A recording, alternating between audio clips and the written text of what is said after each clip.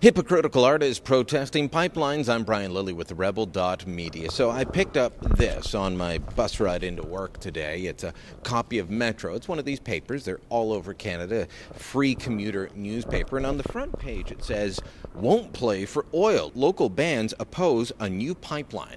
It tells the story of at least one musician, John Carroll, who has decided that if a local music festival, the Kemptville Dandelion Festival, keeps a $5,000 sponsorship from TransCanada Pipelines, well, that's it. He's out. He won't play. Why? Because he opposes the new Energy East pipeline. Now, this is a pipeline that's going to bring Alberta oil east into Ontario, Quebec, New Brunswick, and onto the coast.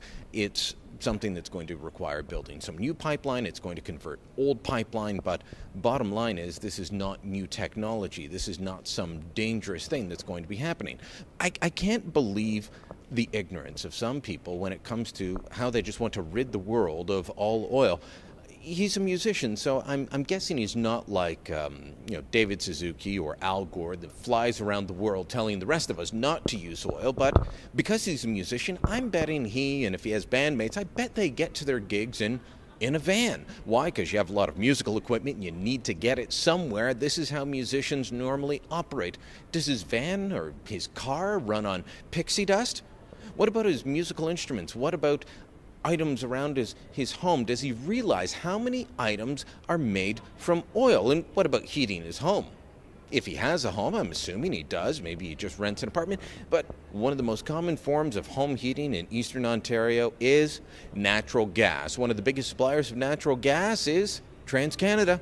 They're one of the biggies. So he's going to say he won't play. They're trying to force TransCanada out of a sponsorship of a local festival.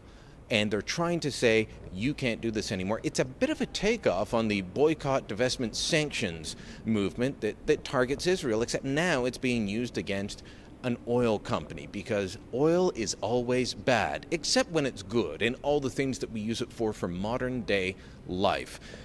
I'm really getting sick and tired of people not thinking before they open their mouths to spew their bizarre ideas. But he's a musician, and I'm not going to expect too much more.